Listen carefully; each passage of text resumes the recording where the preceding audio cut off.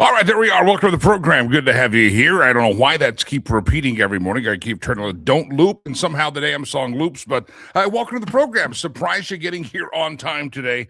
And we were here on time every day. Just sometimes we have a little glitch here and there. Technical difficulties, and today was one of those days. But anyway, good to have you here on the show. As Brother Leroy and the choir has informed you, I am Jimmy Lakey, and I'm here to say the things that you are afraid to say, evidently. But I've seen some of the chats that you guys make in the comments, and you guys aren't afraid to say a whole lot. You guys will say pretty much anything, and I appreciate that about you. It's the Wednesday Hump Day edition of the show, halfway till Friday. That means it's 11th day of March, year of our Lord 2026. Can you believe that March is closing in on the halfway point already? Not quite yet, but we'll be there before you know it. And welcome to it. Hump Day, halfway till Friday. Not quite Friday, but we can still celebrate accordingly, because if you don't celebrate today, you may not know if you get tomorrow. So it is just celebrate and pretend that today is Friday, because you can celebrate like it's Friday because we're halfway till Friday. All right, how's everybody doing today? Got lots of topics to get to. Got a great question of the day for you to participate. Our old buddy Kenneth Abramowitz is going to be on the show here.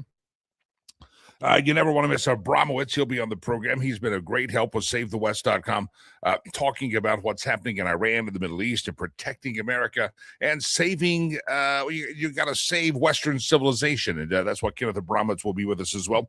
And then our buddy John O'Connor is going to be on the show as well.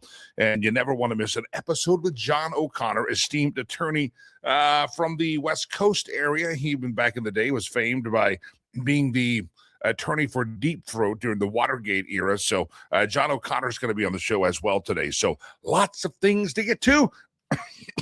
And whether you're watching it live on the video stream, hello. If you're watching us or listening to us later on the podcast version, or maybe you're watching the video screen later in the day, thousands of earballs, one way or the other, listen and see and every show that we do. And we appreciate you for being a part of it. And don't forget, if you're new to the show, if you comment on any of the platforms, we're on the Rumble, the Twitter, the X, the Facebook pages, we're on many.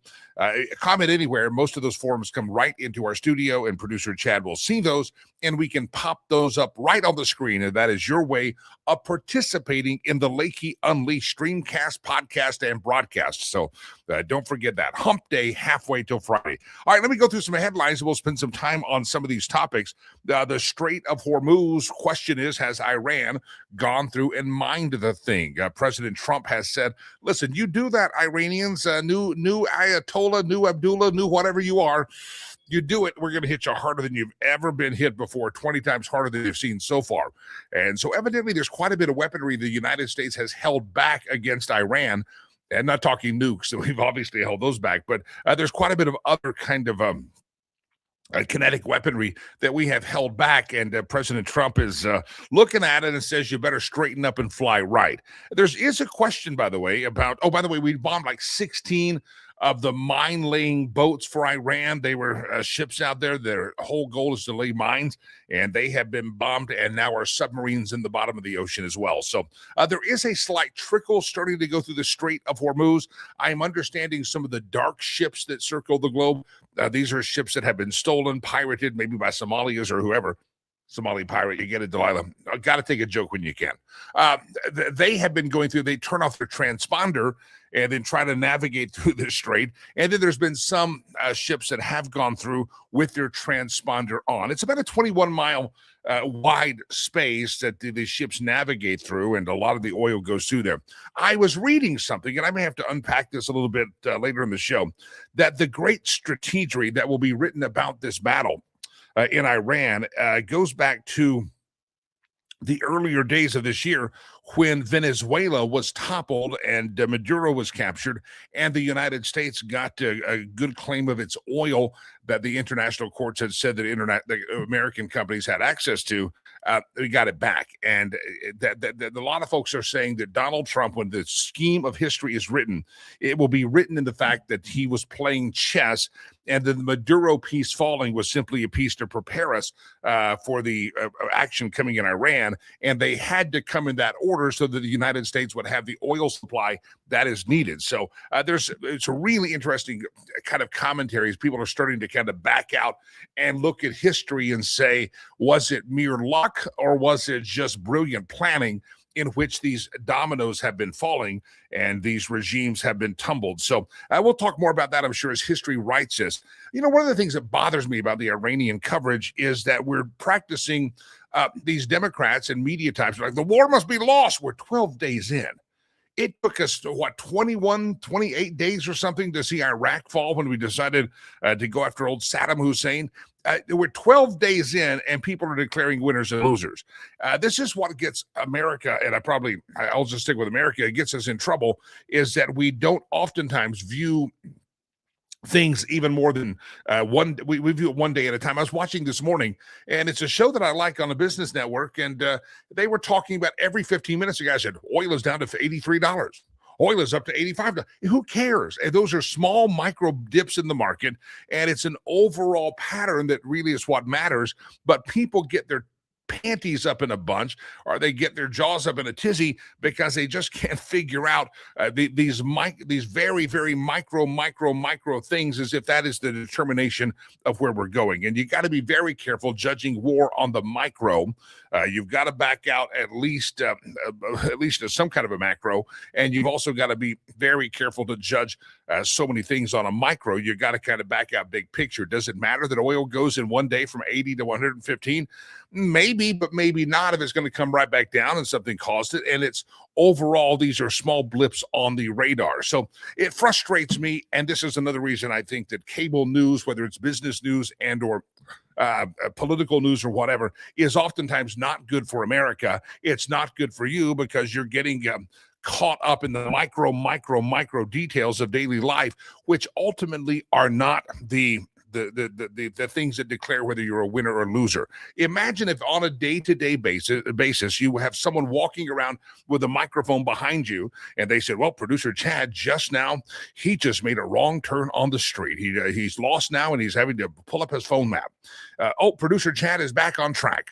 Oh, producer Chad just ran through a yellow light, and now police officers behind him. I mean, all of these, in the grand scheme of things, it's too much detail. It's too much micro. And that's what we're getting on, whether it's oil reports or whether it's a war reports. And then you have idiots. You're an absolute idiot if you're prognosticating and pontificating. The war is lost. We haven't toppled the whole thing. And everybody has to come out with white flags. Can you imagine this? Well, we're 12 days in, and it bothers me. So be careful. Turn off the damn news and watch something better. Watch this show again, and I think you'll feel better, because I think in the grand scheme of things, if somebody starts backing out in the perspective of history, they start seeing, wow, did Donald Trump and his team really plan this?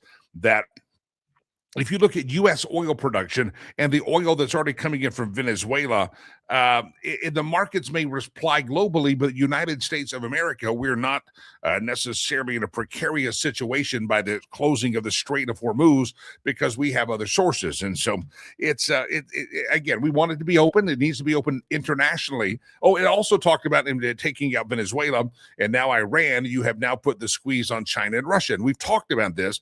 And could it be, I know some people have this Trump derangement syndrome, but could it be, when this grand scheme of history is written on this excursion that Donald Trump calls it, could it be, my friends, that you look at it and go, wow, he was pretty dang strategic, and they planned that out, and this was a backdoor way to say F you, Putin, and put the squeeze on Vladimir. So it's going to be interesting. History will write the story of Donald Trump, and I think it will be a history that many of you people that have the Trump derangement syndrome, it could send you early to your grave. Mark my words, some of you are going to actually need to be institutionalized and or have demons cast out of you because of your hatred of the orange man, and you wrap yourself up in sanctimony, but you're actually fools, and you're playing a fool's part. That's my opinion. All right, good to have you here on the show. The Strait of Hormuz, well, Strait of Hormuz, it's easy to call that plural, but it's the Strait of Hormuz and the mines, and the U.S. says, don't you do it. And I'm guessing pretty soon you're going to see more and more. There is a trickle of ships going through there, and the oil market has responded. But again, it's a micro, it's not a macro. So let's pay very, very, very close attention to that. Let's see what else we have here on the big picture stories I want to get to. Oh, here's a question of the day. Anybody, like when you go to a party, when you go to someone's house and there's a gathering, do you know what the Irish goodbye is, or the Irish exit is, Delilah? that's when you just kind of leave. All of a sudden, somebody disappears. Where'd they go? I guess it was an Irish exit. I guess it was an Irish goodbye. The Irish goodbye is quite prominent. A lot of folks like to do it. I had a grandparent that liked to do it at family events because they didn't like the process of saying goodbye because they were getting older. They felt like this could be the last one. Let's not do that. That was just kind of the fear they had. They didn't like it. In a poll, 33% of people said yes. You should find the party host. 16% say it's not rude, but 33% of Americans say it's rude to leave a party without saying goodbye to the host. And 52% say it depends on how big the party is. So here's the question of the day. Is the Irish goodbye, is it okay? Some people call it the French leave. We're used to the French leaving when it comes to anything. You have the French leave, the Irish goodbye, the Irish exit. That's basically when you duck out without saying anything to anyone. You're out, you're gone, you're down the road. And the next day, when'd you leave the party? I don't know. Well, I just left. Yeah. Is it okay? And there's the question. Do you force your way through the crowd to go find the host and say, thank you for inviting me. It's been a pleasure. We're coming up on party season. You're going to have graduation parties for college and high school. You're going to have this springtime. People start getting together more, neighborhood parties. And is an Irish goodbye okay? 16% say it's fine. Just do it. Duck out. Don't say anything to anyone. 52% say it depends on how big the party is, and that could make sense if it's a massive party and the host may not be accessible to you. But obviously, it feels a little less dramatic to leave a house party that's jammed with people as opposed to mysteriously disappearing.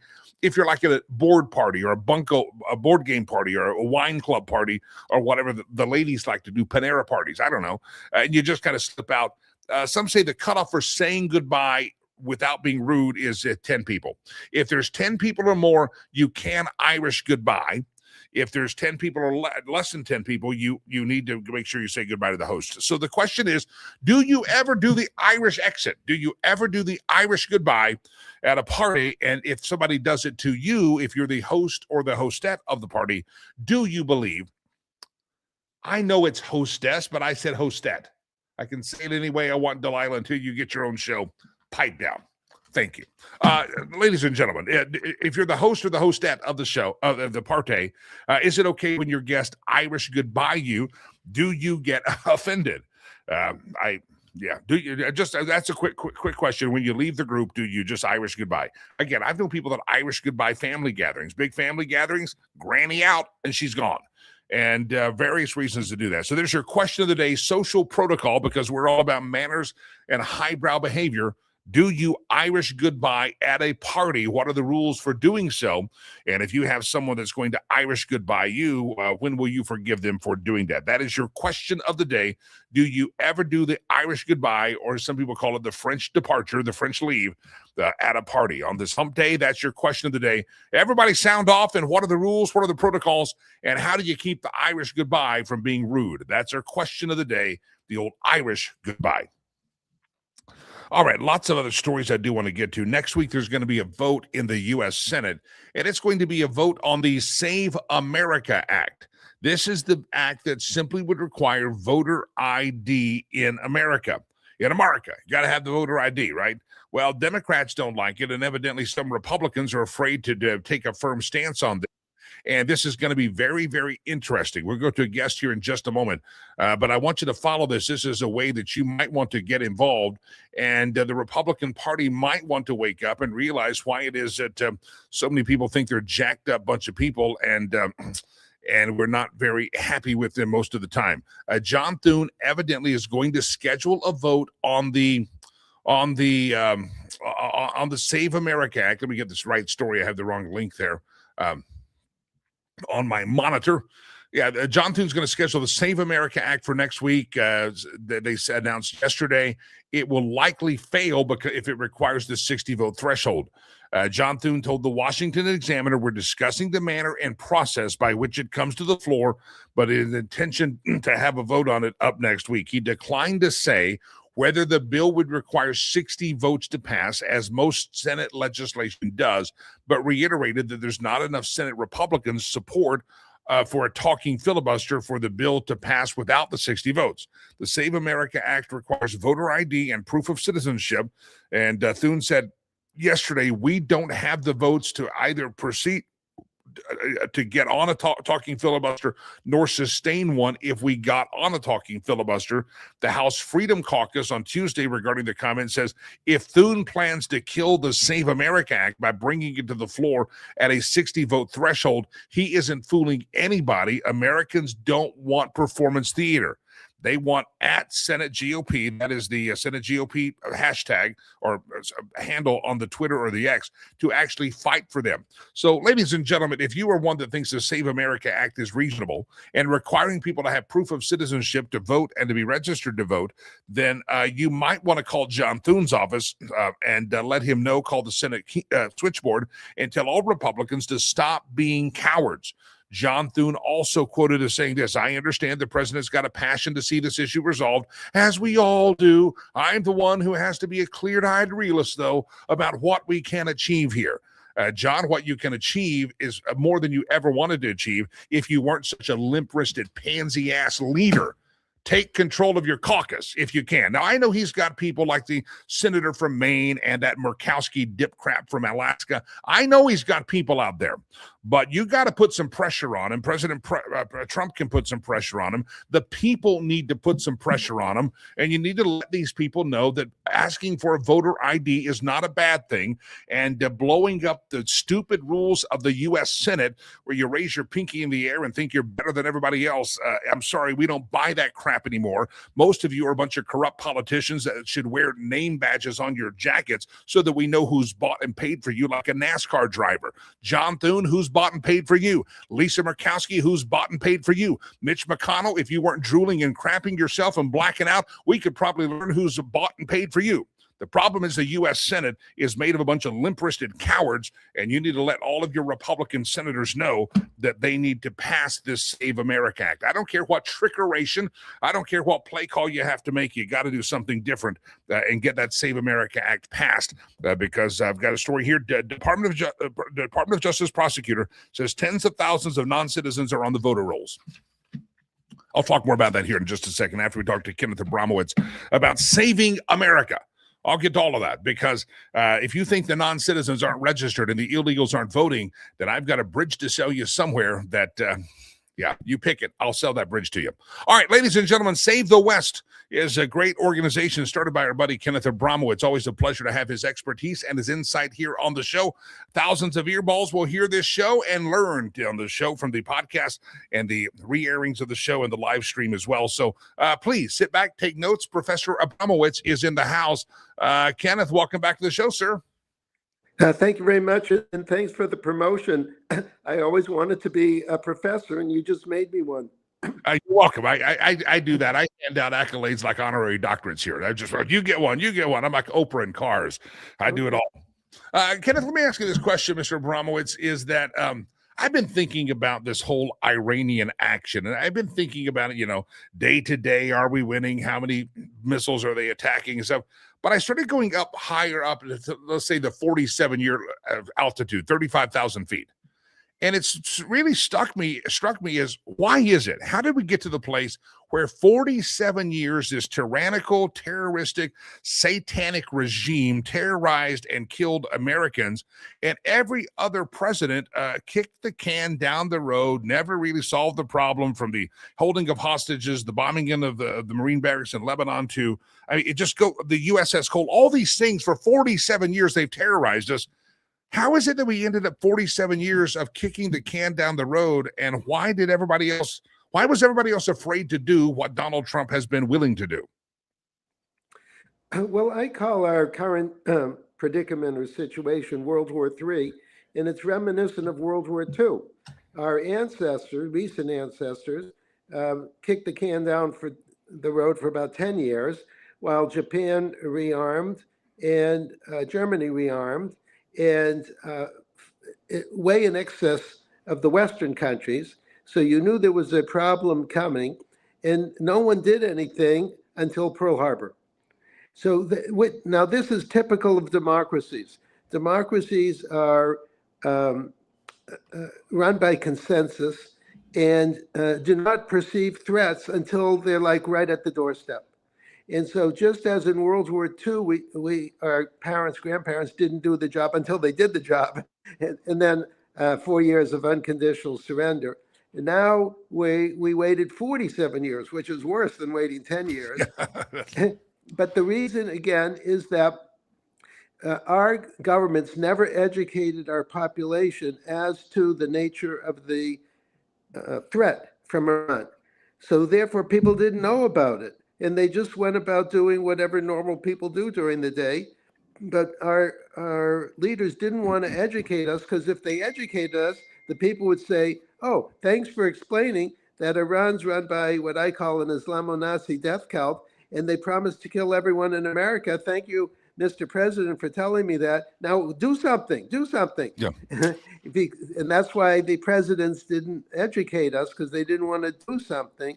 And then finally, President Trump and Prime Minister Netanyahu were caught holding the bag, so to speak, and they had no choice. The website is savethewest.com. The Voice, if you're listening later on in this day, on the podcast version of the show, iHeart or Spotify, wherever you listen, it's called The Multi-Front War, Defending America from Political Islam. That's the name of the book. Political Islam, China, Russia, Pandemics, and Racial Strife. Yeah, I remember after September the 11th, some of the younger members of our audience don't remember that. They might have been wee tykes or just born. But those of us who lived through it, we realized that we were ready to call out the radical Islamist, but then we kept talking, don't say too much. It's a religion of peace. It's a religion of peace. Somewhere along the line, since 9/11, we have become unwilling to call out the radical nature of these enemies that we are dealing with. You write about it in your book.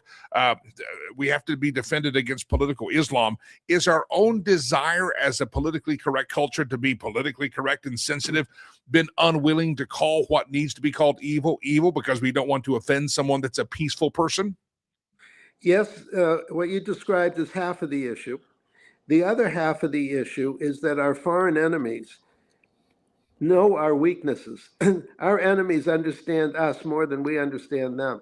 They know our weaknesses, and they purposely hired public relations organizations, social media influencers, social media bots, and created this environment where it was socially incorrect, politically incorrect to challenge Islam and or political Islam, and therefore the discussion was hijacked by our foreign enemies using domestic stooges to confuse the situation. And so therefore confused half the population or more. Half the population got confused, because when you get conflicting news, this is good, this is bad, this is good, this is bad, eventually people say, look, I don't know, you figure it out. I have to go back to work. I have to send the kids to school. I don't want to hear about this anymore. Yeah.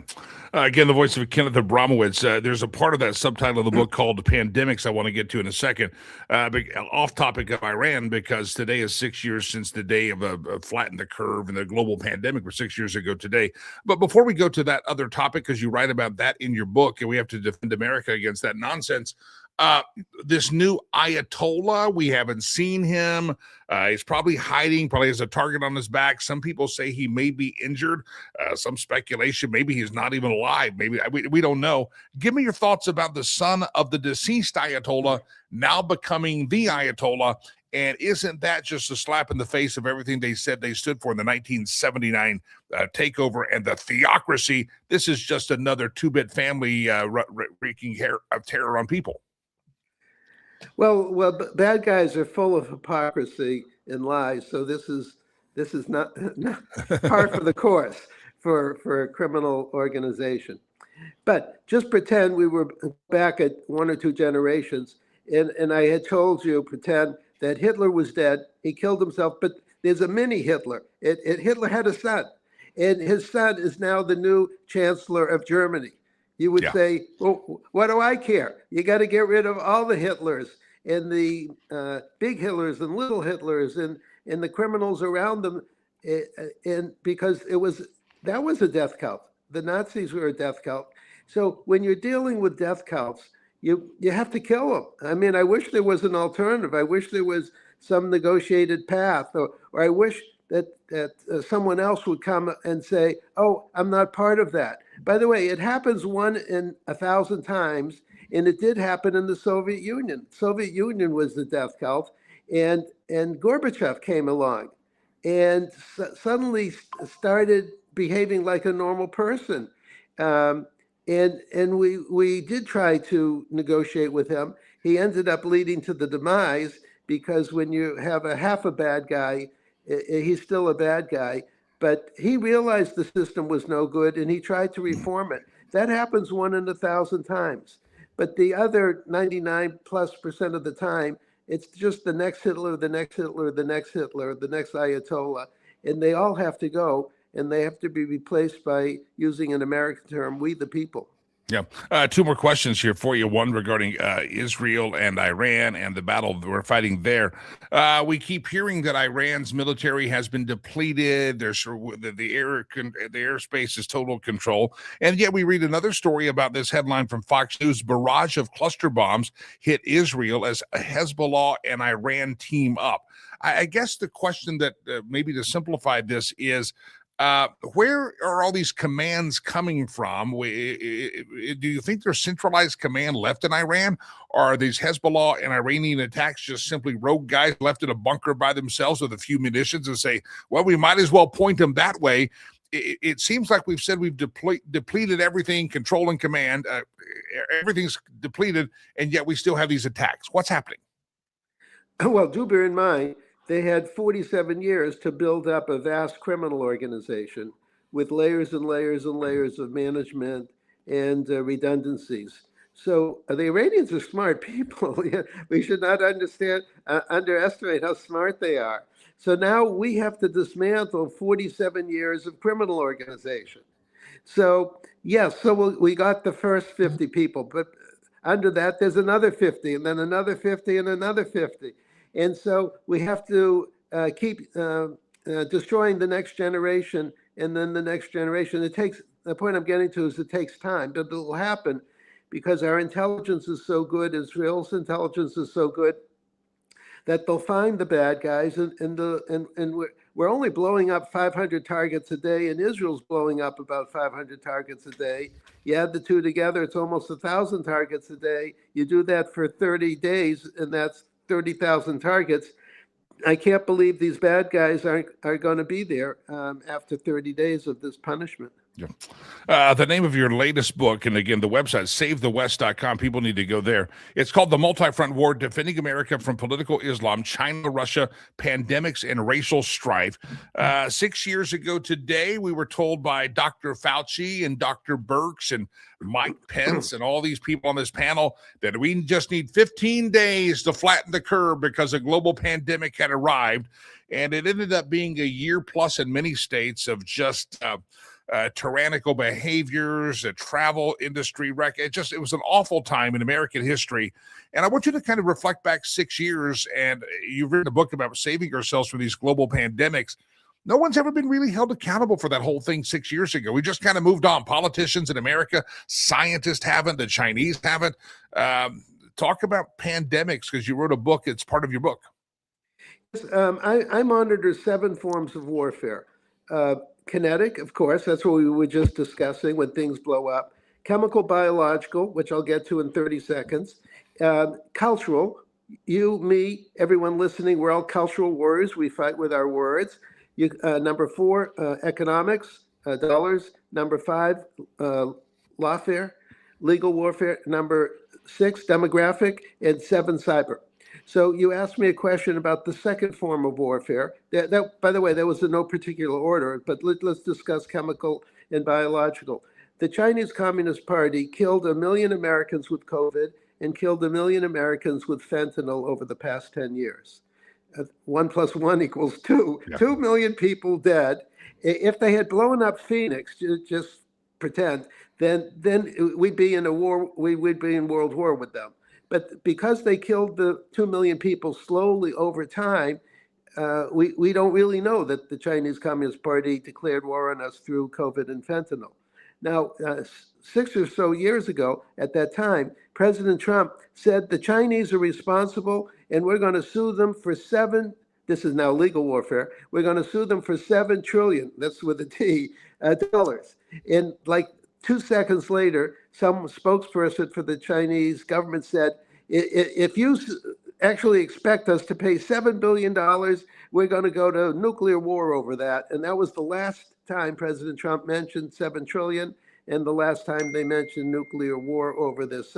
So, but it was very sensitive. They knew they were guilty, but we never held them accountable for their guilt. We also didn't fix some of the problems we had. We remember the supply chain problems we had. Our PPE gear, medicines, pharmaceuticals were made in China. And a lot of senators, Republicans included, pontificated. We've got to stop this and become less dependent on the communist Chinese. A lot of politicians say a lot of stuff, but we haven't taken actions. We're probably way too dependent. It's not a supply chain. Unfortunately, the ship's coming from China, not a supply chain. It's a lifeline, and that's dangerous. Yes, look, you're describing what's wrong with democracies. Democracy is like the best form of government ever, but that doesn't mean it's perfect.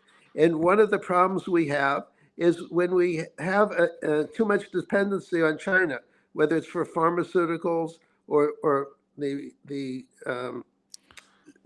devices that we need to protect us, personal protection equipment, or whether it's rare earth elements. We know there's a problem. We know we have to do something. We're determined to do something, but it takes 5 years to do something. We're just too slow. Yeah. And again, Dr. Fauci, I don't know if you've seen any of the movies. Thank you, Dr. Fauci. There's a lot of evidence of really corruption at the highest end of, in my opinion, what we were called as government healthcare oversight. There was a lot of complicit and nasty behavior, and no one's been held accountable. That's very, very frustrating on my part. But there's a lot of frustrating thoughts that you and I have sometimes watching this stuff, but it doesn't mean we don't live to fight another day. And that's what you've committed to do is SaveTheWest.com. Talk about that, sir. Yes, so about 10 years ago, I realized that America was at existential risk from all the things we just discussed, and that we had to do something about it. And so the way I look at life, we the people, we as individuals, we can do something too. We don't have to just wait for somebody else to do something. So I said, okay, I have to write a book on this. It took me 5 years to put all my thoughts together, and I wrote the book about 5 years ago. I've then updated it. It's now in its 4th edition, which is very current. People should go and just immediately go to the last chapter, which is the most current update. And I set up 10 years ago the website, SaveTheWest.com, and I decided for myself to write an article every 2 weeks to educate myself and then educate my readers as to some important issue. It's complimentary. It's a public service. People should sign up and take advantage of it. Folks can go to SaveTheWest.com for the information aforementioned that's available for you. The newsletters that come out, not just written by Kenneth Abramowitz, but many smart people that he knows. It's SaveTheWest.com. And the name of the book called The Multi-Front War, Defending America from Political Islam, China, Russia, Pandemics, and Racial Strife. If you want to get a better understanding of where we're living at right now and even what happened 6 years ago and just kind of where it fits in the grand scheme of things in Western civilization and saving the West, you got to read the book, The Multi-Front War, Defending America from Political Islam, China, Russia, Pandemics, and Racial Strife. Kenneth Abramowitz, it's always a pleasure, sir. We'll talk again very soon. Great to be with you anytime. You got it. Kenneth Abramowitz, SaveTheWest.com, SaveTheWest.com. All right, good to have you here on the program. Can I remind you about our good friend Sherry Cree? For Wednesday is hump day, halfway to Friday, which means we're halfway to another visit with Sherry Cree. Listen, if you're in Colorado specifically, thinking of selling of a house, property, a second home, whatever the case may be, you owe it to yourself and your family and really to future generations to call Sherry. That's how I framed this thing, because real estate is I know you in Colorado if I threw a stick that way, I might hit a realtor right here in the studio for all I know. There's so many of them, but it doesn't mean they're all created equal. That's not to disparage any of them, but many of them just haven't got their footing in the industry. They don't have the experience. 70% of all real estate agents across America did not do any transactions last year. So let me ask you, that means potentially 70% of the realtors that you've been considering just because they have good marketing or they sent you a mail piece or you met them at a Sunday school class, that means 70% of by margin probably didn't do anything. And we love them. God bless them. But you want somebody that is doing it. They're active. They understand where the markets are doing it. That's what Sherry brings to the table. HomesWithSherry.com. If you're in that I-25 corridor, let's say you're out in Windsor. Let's say you're down in Aurora. Let's say you're in Parker, Arvada, Westminster, Thornton, Longmont, Broomfield, Boulder, Denver proper, Highlands Ranch area. Wherever you are at, my friends, on that I-25 corridor, you owe it to yourself to talk to Sherry. She will not only help you put the full strategy together. She's active. She knows what she's doing. She's always engaged in the market and the industry, and she's going to be able to bring real-time insight because she's fighting the battle every day to the deal and to your particular transaction. Now, I can't emphasize enough that at the end of it, when you sell your home, the transactions are all done. Sherry, then you're going to take a deep breath. She's going to take a deep breath with you, and then she's going to say, hey, I'd like to donate a portion of what I made off this deal to the charity of your choice. That's pretty amazing because generosity to me speaks a lot about the heart of a person, and Sherry's the one you want on your side. So listen, give her a call. I know if you're gonna list a home or buy a home soon, you need to be interviewing those people that you want in on the conversation. You have interviews, you have conversations, and find out who's different, who's better, who's going to work more with your style, your communication, and who's going to put a grander scheme together of a strategy with timelines more than just, okay, let's stick the sign in the yard and let's go. Now, a lot of times there's a lot more to that. You want top dollar for your home? You need to call Sherry. You want to get the best deal out there? You're looking for another home, upsize, downsize, whatever. You need to talk to Sherry. If you're out of the area that she works in, she does have a free referral service. So if you're somewhere else, by the way, this is not on the script, but she's a really good person. If you're wanting a Colorado vacation home, something in the mountains, I'm just not going to tell everything I know about her expertise in it, but she's good at that. Some of you high-to-do Texans down there wanting a home in Aspen, to hang out with the big wigs. Talk to Sherry. I'm saying she's in the know and she can help you. You want that mountain ski out cabin or a house or reclusive cabin where you live like Grizzly Adams? I'm just saying you call her for that as well. Her website, homeswithsherry.com, homeswithsherry.com, homeswithsherry.com. She approaches it. Real estate can create generational wealth if you play it right. Homeswithsherry.com. All right. Does anybody else get by the way, question of the day is this. When is the Irish goodbye okay? Rich says, depending on the size of the party, how personally close you are to the party host, usually we'll say goodbye if at all possible. And you've been there. Now, I have been there and hosted things at my home, and I do it on occasion. And I guess my home, maybe because I don't know, it seems like I don't have many Irish goodbyes. Most people say goodbye.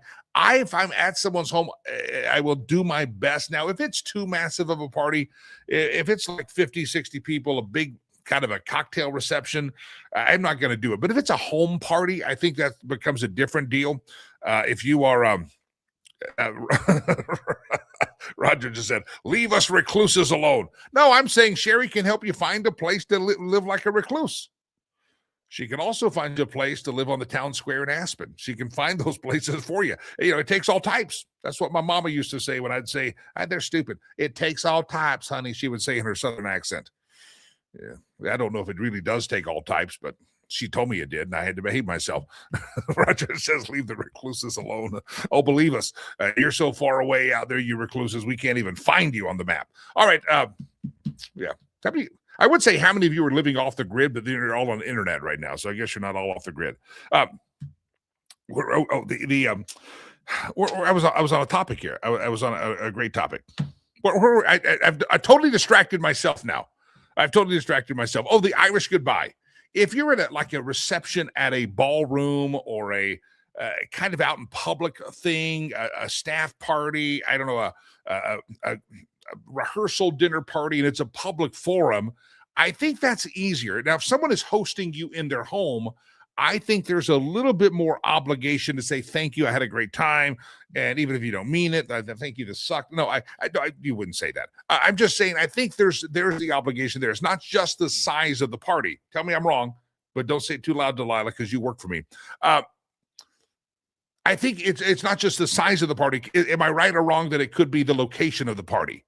If you're at the public park for a church picnic or a birthday retirement dinner or something that's being hosted by someone else at the park, and people are playing football and softball and somebody's out on horseshoes. I don't know. I'm just trying to think of party scenarios in which I'm thinking, okay, you don't have to go hunt them down and say, hey, thank you. Do your best to say, hey, enjoyed coming to the party, happy to retirement or whatever you do. So I think the location of the party matters as much as the size of the party. But there's a question, when do the Irish goodbyes count, and when do they offend you? If you're the host and you realize that somebody has left the party without saying goodbye, does it bother you? And I don't know. There's the question. A lot of folks say it doesn't. Some folks say it does. Just depends on the scenario. There's your question of the day. All right. Next week, John Thune has said he's going to be putting a vote up for the Save America Act. And this is where you start to ask yourself as a Republican, and John Thune, if you are listening, John Thune and any of your goons are listening, when are you Republicans going to finally do something for us in the U.S. Senate? I know we got Murkowski. I know we have Susan Collins. I know we have some limp-wristed people that don't play with any intestinal fortitude or have cojones. I understand that. But let me ask you this. If the U.S. Senate, you're a voter out there, and first of all, you need to get involved. Don't just be pissed off at the U.S. Senate if they don't do anything, if you did not at least make a call. But I have to ask you this question. At which point on this Save America Act do you get kind of ticked off and say, come on, Senate, this is an obvious issue. Matter of fact, I got a couple of stories here, and then I'm going to go to my next guest, is John O'Connor, esteemed and legendary attorney. Great titles, great smart people on the program. ICE, I mentioned this yesterday, ICE arrested illegal who voted in 7 federal elections. Well, that was a bad enough story yesterday. I've got another one. Department of Homeland Security said Mahdi Sako, who came to the U.S. illegally from Mauritania, don't even know where that's at, was arrested by ICE, that's Immigration Customs Enforcement, and the FBI in Philadelphia. And Mahdi Sako was charged with voting in 7 federal elections since 2008, despite being deported over 20 years ago. This is how crappy our voter rolls are, and this is what we're trying to clean up here in America.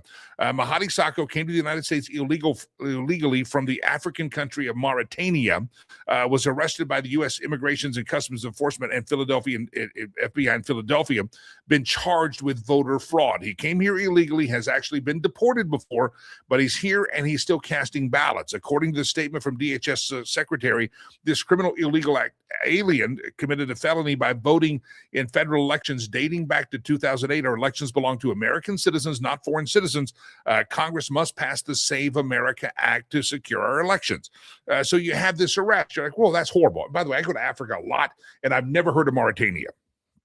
I'm going to have to do some research on that one. Now, here's a story that comes out here, though. This is the scary one. Then I want to go to my guest on different topics. Top DOJ prosecutor says, this is at justthenews.com, great reporter John Solomon, Assistant Attorney General Harmeet Dillon and the Department of Justice are revealing that hundreds of thousands of dead people are left right now on the voter rolls in America.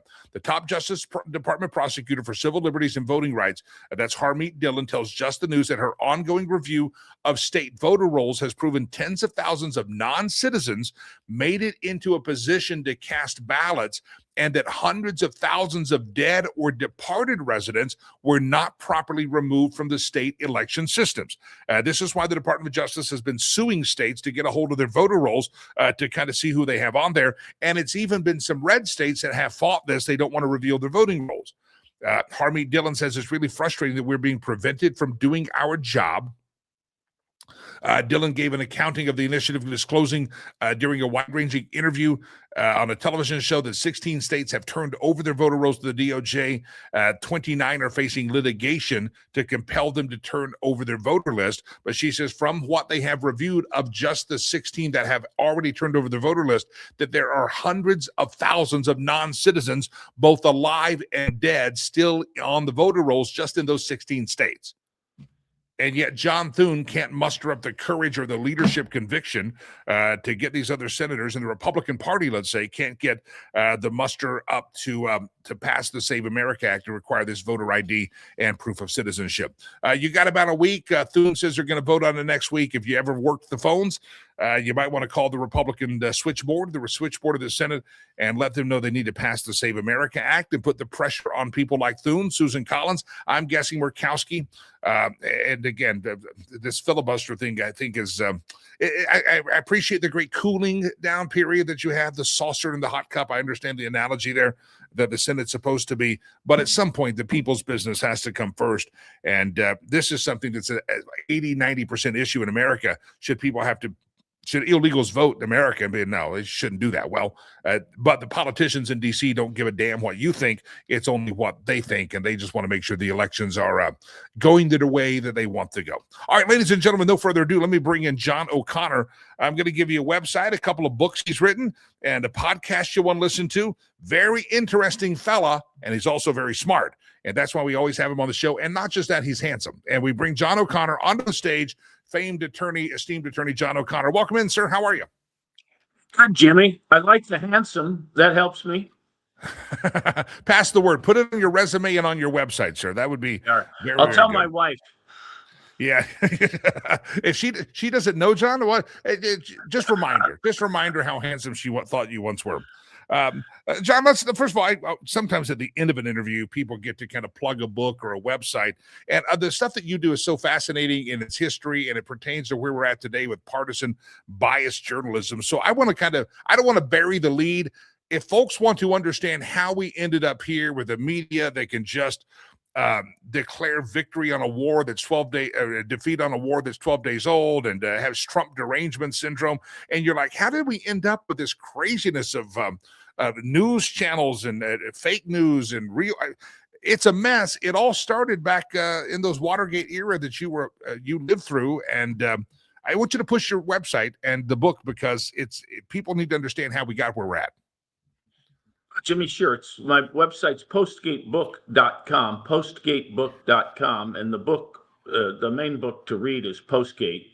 And Postgate really shows that Watergate, which is the model for all modern day reporting, all journalism in the mainstream media is based on Watergate, and yet it was fraudulent. And the whole concept is that they got the outcome that they wanted. The Post wanted to get rid of Nixon. It used the reporting to get rid of Nixon. And as you read in my book, they left out a lot of key facts, which maybe Nixon would have been left looking a little bit shaky in some of the stuff he did, but he had nothing to do with the central allegations in Watergate. And so now we have this is what the modern journalism is about. And which gets us right into the points that you're talking about here. We get these key issues that are at the heart of our democracy, and we're not being told the truth about them. And that's what bothers me, is when you're talking about, for instance, the voting in the 2020 election. How can we fix our democracy if we don't recognize the problems? And it all comes down to this journalism today. There's plenty of evidence about voting problems that is simply not being publicized. So I'll stop my dialogue with that, but I think it's very important for the viewers. And so that's why I wrote Postgate. And once you understand how they did Postgate and how they buffaloed the entire country, and history books, I mean, there's no doubt about it. This is not my tangential problem that I'm looking at in Watergate. It's a central problem. I was reading, and I need to go back and read your book again. It's been a few years since I first met you and got to see the book. Talk to me. I want to get to another topic here, but I was reading that this Woodward and Bernstein, the characters that became famed journalists during the day, they weren't just, at least one of them wasn't just a run-of-the-mill guy that had learned a journalism school and had a notepad and wanted to investigate. There's some real serious questions as to where they came from. What was the motivation? In other words, could this have been a deep state operation? Give me what we know about this for facts, not just in the grassy knoll of the conspiracy theory websites. Well, there is, I know the late Len Kolodny, who wrote a very good book on Watergate, that was one of his themes, that Woodward happened to be an aide to an admiral, and he was a communications aide to an admiral that had been part of a deep state spying ring on Nixon. It was Admiral Moorer. and they called it the Radford Moorer scandal. There was they were taking documents from Henry Kissinger's burn bag and giving it to the admirals and so forth and so on.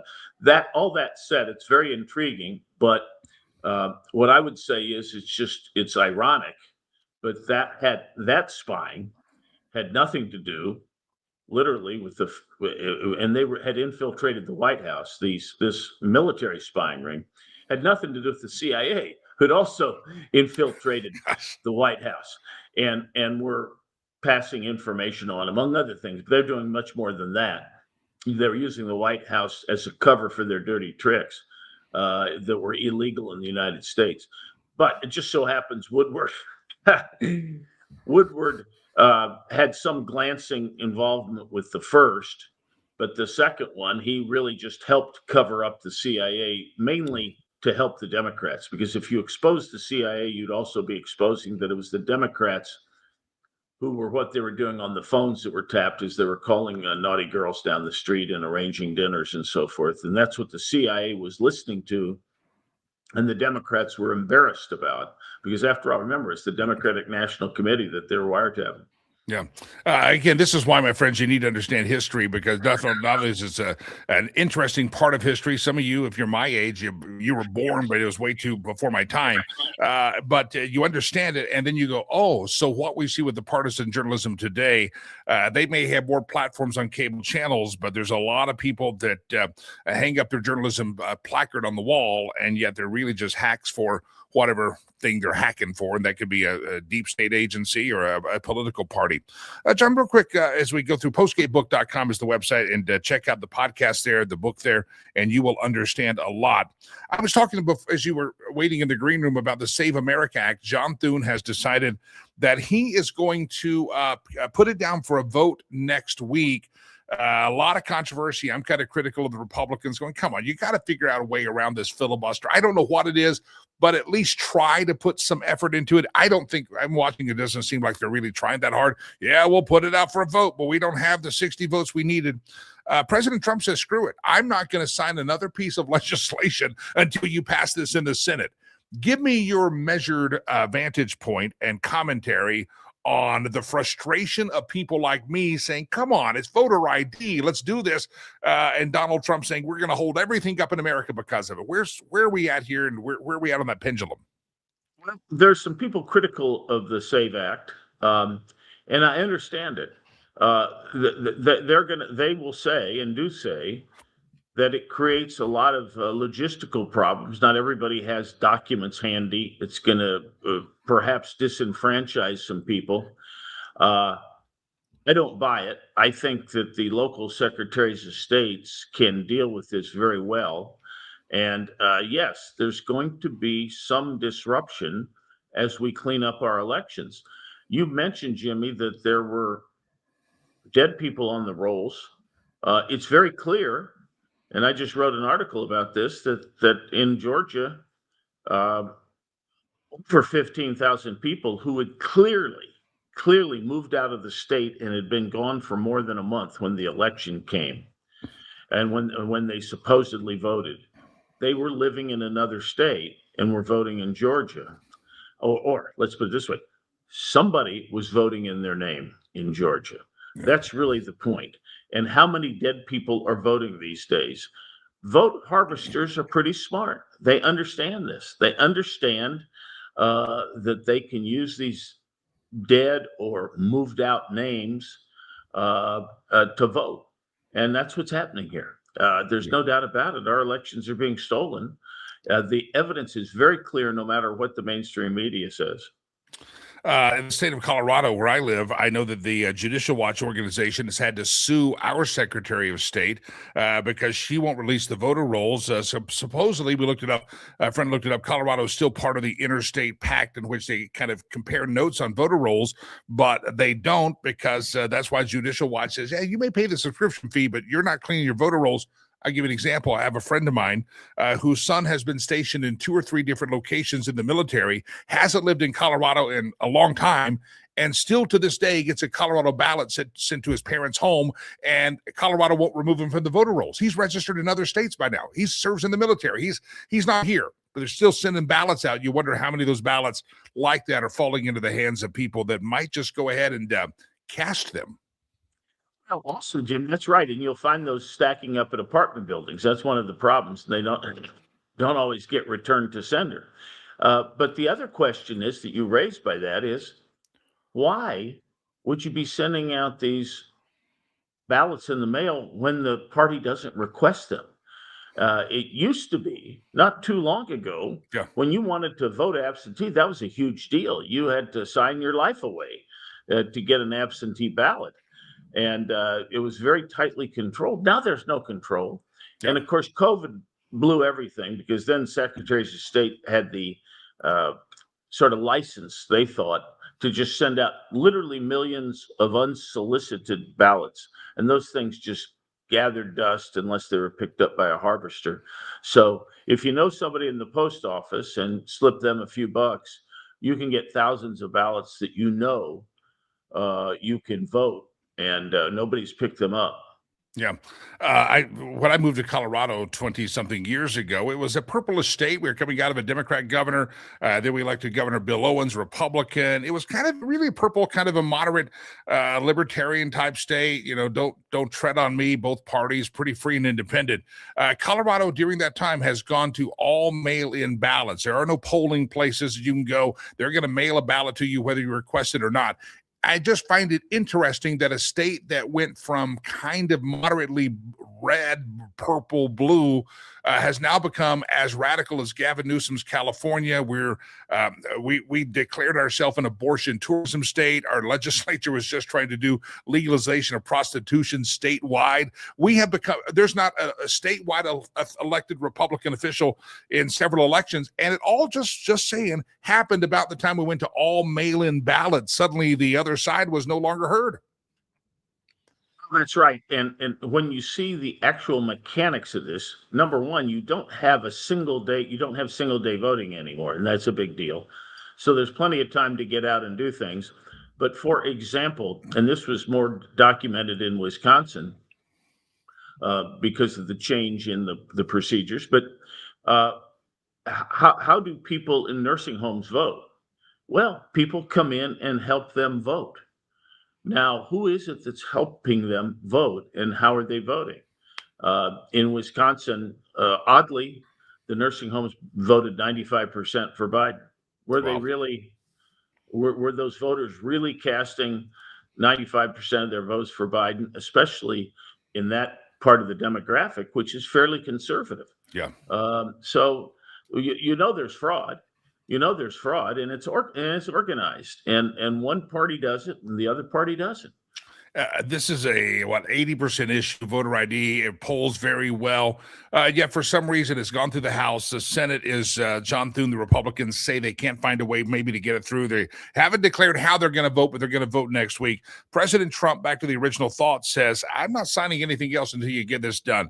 This is a big issue. How far should the president push it to get Congress straightened up? This is, again, not a partisan issue. If you look at the polls, it's an 80 to 90% issue. Is President Trump right to say, I'm not signing anything else? Is that something he should follow through on?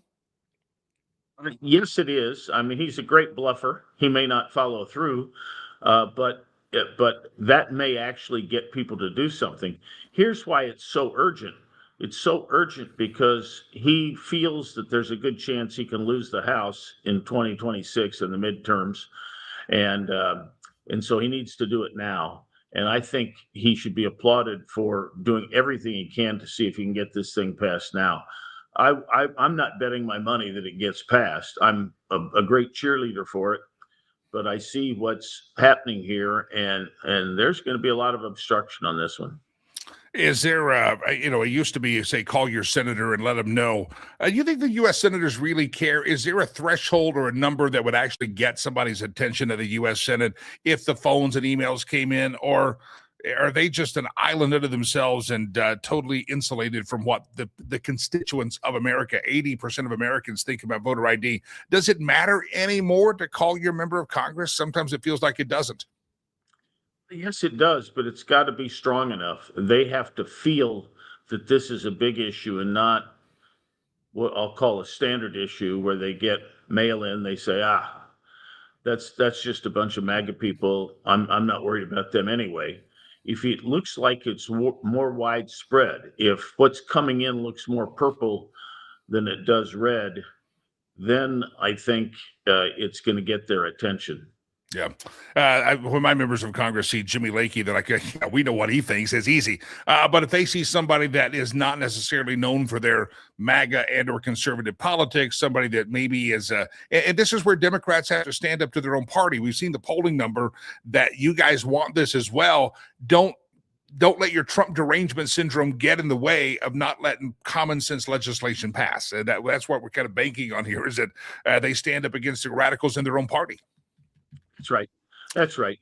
Again, I think we ought to really strain every nerve, so to speak, to get this thing passed. Whether it happens or not, like I said, I'm not betting on it, but let's give it the try. I think it's very, very important.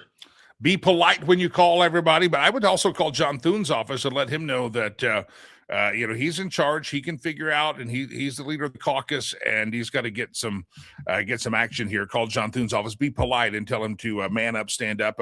And even there's other people, Murkowski's, and we've got people in Alaska that listen. I know stream the show. Call all of them and call the switchboard and let them know it's a big deal. And even if you're a person with the blue jersey, the Democrat jersey, if you think voter ID is common sense, this is a pretty cut and dry bill. Make the call. Do what you got to do. And don't let Trump derangement syndrome or orange man bad fear stand in the way for common sense safeties in our election. John O'Connor, it is always a pleasure to meet with you, my friend. Postgatebook.com is your website. Postgatebook.com. When you watch the news now, when you flip through the cable news at night, I don't know if you do. I try not to. But if you do you ever sit here and go, I wrote the book on that. I know what's happening here. Do you ever kind of say, I've been trying to warn you people? Well, I am a big "I told you so" guy, but I try to not sound like a broken record. I want to keep the few friends that I have. Yeah, I understand. I get it. John O'Connor, postgatebook.com. Thanks for hopping on the show. Great guy, smart fella, and postgatebook.com. I'm telling you, when I put somebody on the show and talk about their books, it's a lot of times you notice their perspectives of history. And there are moments for us to understand. What did I start the show with? I said, I get so sick and tired of turning on the news and seeing all these reporters talk about the micro. Look, the last 15 minutes, oil went $3 here, $8 here. And we're all so focused on the right here and the right now as far as, oh, panic, we dropped the bomb. Oh, panic, we should panic about the price of eggs. It's all micro. And at some point, you got to lift your head up and look at the macro and go, It's different than what? If you're just focused right here, you'll be panicked and fearful. But if you read books like John O'Connor's, you can understand that there's a greater perspective. It's like I said, we're going to dive into this, that I think when history is written about this Iranian action, some people think he stumbled on it. Some people say he won't. I think you will look at the removal of Maduro happening first as the first part of the domino that Donald Trump knew needed to happen, so that if oil supplies went crazy in Iran for a temporary period of time, the Strait of Hormuz shut down, America still had oil being imported into the United States of America.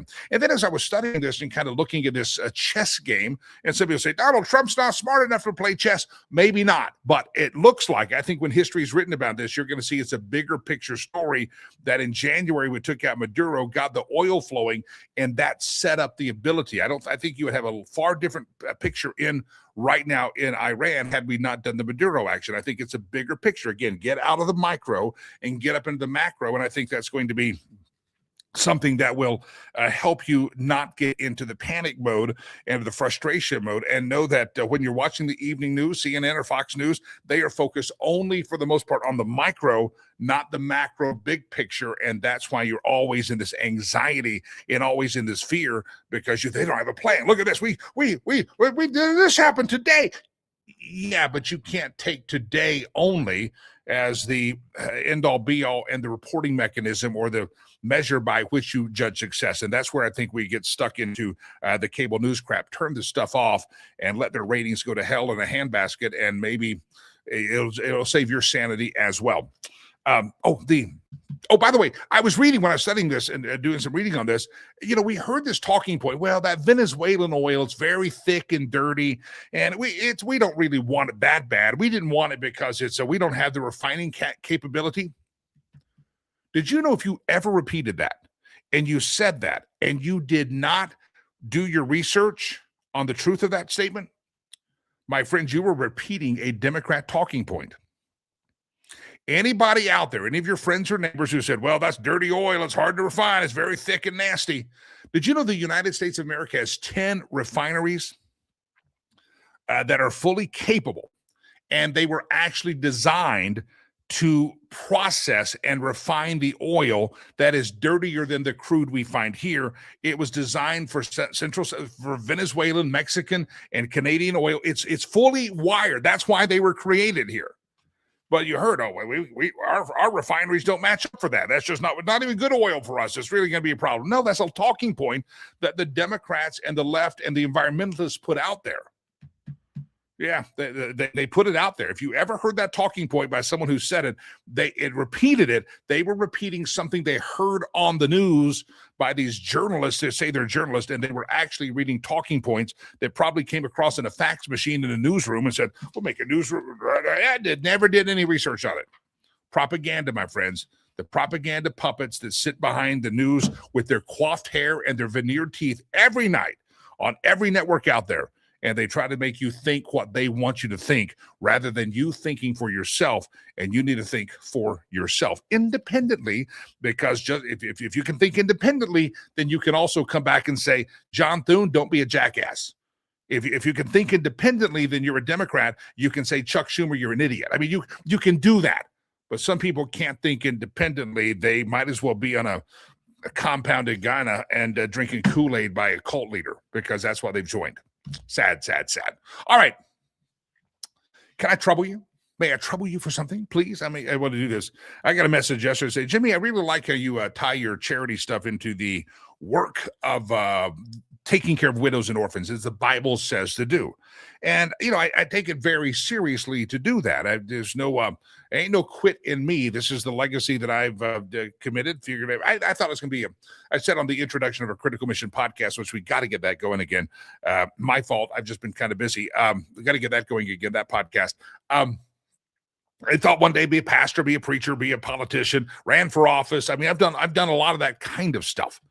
But realize the reason I'm here is to make sure that kids in Africa, in a faraway, forgotten land, actually have a better life. It was a promise that I made to my son. My son's name is Rivers. Rivers promised I'll take care of all the kids I couldn't adopt. I never wanted my son to look at a photo of him in this orphanage when he was a little wee tyke and say, Daddy, what happened to those kids? And now he's a big guy, 21 years old. What happened to those kids? I don't know, son. We just got you out of that cesspool of an age. No, I didn't want that. I wanted him to say, no, that's this kid. That's this kid. And to this day, I stay in touch with so many of those kids that were in the orphanage in the early days. Some of them were much older than him, so some of them have their own families and things. But a bunch of orphans, they all call me dad. They all call me pops. I get messages literally every day from kids in Africa saying, Papa, Daddy, depending on their level of English typing. Every day I get those messages. Listen, somebody said, I like how you tied Jesus into it. Well, I appreciate that, but it really is. I mean, it's so clear in the scripture that you may not be the best church-going person. You may not be the person that always, you may have a mouth like a sailor and you may drink like a fish. And wait, are we talking about myself? No. No. The point is, the Bible is so clear that true religion is taking care of widows and orphans. It's in the book of James. James is the brother of Jesus. I think you would know. Jesus himself talked about Matthew 24, the sheep and the goats, and they were surprised. What did I do? Well, you took care of me in jail. Lord, when were you in jail? When you took care of the least of these, you took care of me. You fed me. When I was alone, when I was homeless, you took me in. Lord, you were never home. What happened? And he says, no, as much as you do the least of these. I emphasize that because this week, as I know the cost of gasoline has gone up. Believe me, I understand inflation happens. I understand. I totally get it. Totally understand it. But understand that any amount that you do give to Rivers Promise, first of all, going to go to the kids, going to help feed them, keep them in school. Education is the ladder that they will use to climb from the pit of extreme poverty. But you also know that you're doing it to the least of these. So again, I know pocketbooks everybody's different. Some of you have some of you $1 to sacrifice, some of you $1,000 is not a big deal. Whatever you can do, would you consider it today and understand that what you do with orphans and what you do with widows, Jesus himself said, you're doing it to me. And so you're not just taking care of a little kid. Producer Chad and I were working on our website. He's involved with Rivers Promise as well. It's actually on our board of directors, and we were working on the website stuff yesterday and cleaning up some details because we all volunteer for the organization. And you just look at all those kids, and when you look at all those kids that are on there, you go, "Oh, that's if I take care of that kid, I'm literally taking care of Jesus." So would you think that through? I don't know what that means to you. I don't know what that intends to be, but I can tell you this. If you think we're watching the consumer price index and the cost of gas and the price of gas with the Iranians, that's going to cause the food bills to go up and inflation go, it probably will. And you know what that means? That means the difficulties we're having right now to feed all the kids we need to feed on a daily basis, it's going to get harder because the cost of that food in Rwanda is going to go up the same way it happens in America. So again, I just want you to know that I appreciate anything you do. And one of the reasons sometimes producer Chad and I have said, we do this show mostly as a labor of love. We've got some great supporters and things, but here we are, and we do this every day. Both have real lives outside of this show. And one of the reasons we talked about the first year we do it, I said, you know what, it's just fun to tell the Rivers Promise story. And I think both of us were in agreement that this show has been a great asset for us to be able to tell the story of the charity, the work we do, show you videos when I go there. And this is just a forum that thousands of earballs get to hear, sometimes in real time, what's happening through our charity organization. So would you do that today? Just go to our website, fiddle around, look around. Some things may change right before your eyes because I'll be working on it today again to get some things cleaned up. Producer Chad probably will be as well. But go check out the website, and then just remember, every dollar you give, as much as you did to the very least of these forgotten kids, and the kid said, "People in America know me." So yeah, I'm your ambassador, and they're amazed by that. The kids are amazed. They understand that how irrelevant they may seem in their own culture, and they're just so honored that an American will write them a letter and say, "Hey, I love you. Thank you. I'm sponsoring you. I'll send you to school." They're amazed by it. They're blown away because they live in a culture where their community is so poor that they feel kind of outcast. And all of a sudden, they got sponsors. They got people that love them, writing them letters. Whoa! As we give gifts to them on your behalf, even if you don't do anything but sponsor, you never write them a letter. We make sure they know that you're out there, and they're amazed by that. So do what you can. Riverspromise.org, riverspromise.org, riverspromise.org. And don't forget, coming up in May, we'll start pushing it more. Our casino gala is coming up, and that's a great, fun way for you to participate in the charity organization in Colorado. Fly in, but mark your calendar. We'll talk more about that coming up. All right, I got so many things on the story, on the board I didn't get to. We'll push them till tomorrow. That's what we do. Question of the day. Do you just leave a party? How's the Irish goodbye? Ray says on YouTube. I love this. I could depend on how sober you are. If you just want to leave, if I was blitzed or drunk, I wouldn't want to be seen as a jerk by something I said. So yeah, if you're stumble drunk, you probably should just leave. You don't want to do that. Yeah, don't do that. That's good. Good call, Ray. You've got good manners. Ray also says the world will no longer see empty threats by at least one president. They see Trump as a man of action. I wish we had more men of action and women of action running this country. I wish we had men of action in the U.S. Senate. I wish John Thune was half the man that Donald Trump once is. I wish that Lisa Murkowski weren't such a coward propped up by the finances of Mitch McConnell. I have a lot of wishes. And I also have a globe. Ladies and gentlemen, it's time for the stolen meme section of the show. This is where we swoop the internet left and right, up and down. We put a black light on it. We find all the stuff out there we can find, and we put it on the screen for you. You know why? Because it proves and illustrates a point that we're too lazy to make our own memes, so we steal them. Letty, turn on the black light, producer Chad, and let's see what we find on the carpet. That's gross. Round and round the globe. Where did that come from? Globe we go. Where we steal the memes from, no one knows. I can't believe I just said that. Did you hear that, Delilah? I said, put on the black light. Let's see what we find on the carpet. Find out what you find on the hotel bed sheets. That is gross. I can't. Okay, here it is. Go to the meme. Me wondering how my man falls asleep in 20 seconds when it takes me 3 hours, 12 repositions, 5 fake scenarios, 2 bathroom trips, and 1 full argument I made up in my head. There's me. There's my husband. And all the men out there say, amen. I can't get the black light out of my head. Round around the globe we go. Where we steal the memes from, no one knows. If you disagree politically, it's because you got the jab and 20 boosters and now you're retarded. Yeah. Anybody out there? I know some of you got the jab. You had to, whatever you thought of. You believe that Dr. Fauci.